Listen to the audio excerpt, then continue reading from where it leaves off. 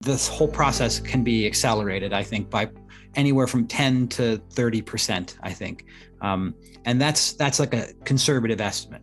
Some people want to be extreme and be like, it's cut the pre-production time in half. And maybe for some people it has, which is amazing. So that's a basic way of working with it, right? You can describe your scenes. You can take scenes from your script. I've done this a bunch. You take scenes from a script, you drop it into text to image, and then you reword the script over and over and over until you get the picture. And I've seen it and I've done it and I've helped Hollywood directors do it, and it works.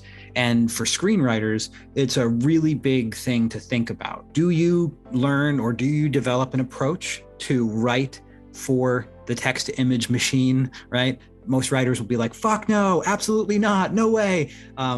Or, do you continue to just write in the classic way, which think about the format for screenplays. Interior, right? You have a slug line, interior, subway station, night, main character, description of their clothing, how they're moving, where they're moving through, what they do, right? Like the main character does whatever in the place and da-da-da. You grab that, you drop it into text to image, and you're going to get like probably a broken thing. But you can start to reshape the sentence where you can sort of describe, if you want to describe the location, okay, so interior, subway station, night, that's going to give you trillions of different random subway stations. But it's like, okay, Barcelona subway station, moody, cinematic, anamorphic, low angle, misty, crowded, beige, no green, no blue. It's hard to describe it. And then next thing you know, boom, you've got this incredible shot, and you go, that's exactly that's what I was thinking. That was the thing. I swear I thought that. As a writer, you have the potential, I think. This is the thing. I got a master's degree in screenwriting, and I've been trying to get my grad school friends from Emerson to give this a shot. Take your writing, put your writing in here. I think as a writer, the experience of getting to the image so quickly, I think is going to impact the way, not just that it won't impact just the syntax. I think it'll impact the syntax of the way scripts are written. And I think it will impact the specificity with which writers can approach scenes. So I think on that level, right, pre-production, but you go back before pre-production, it's writing. And I imagine writers working with text to image while they're writing scripts as an entirely new way of thinking about screenwriting and an entirely new way of thinking about storytelling. That's pretty much the whole idea. Yeah. No, I think it's brilliant because it's also a communication. Like a lot of people love to use big words that are very ambiguous and try to essentially make themselves sound important and smart, but like an effective communicator is usually at, let's say, a grade 7 level.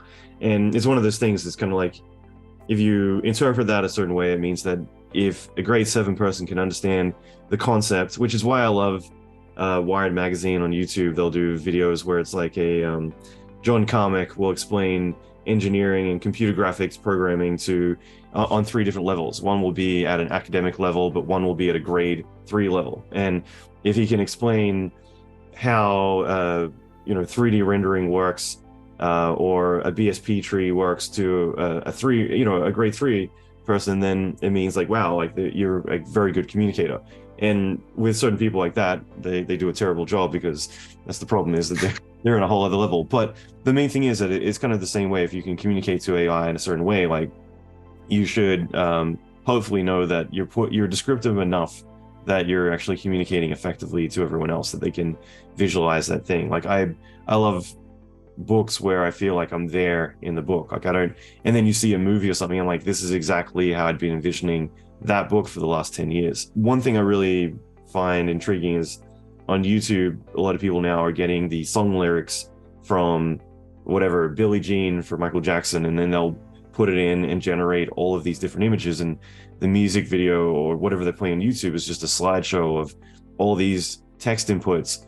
But it's actually doing most of the time a really effective job at telling the story of the song as you go through the thing, like Bye Bye American Pie. It's you're seeing it all. It's just like occasionally there's something weird, which I think is fun to include, but a lot of the time it's like, wow, like you're telling visually the story of the song, and it's really fascinating just to see all the different ways it's being used in day-to-day life. The architect of Dream Studio is this fella, this brilliant guy named Tom Mason, And Tom developed a whole number of shorts.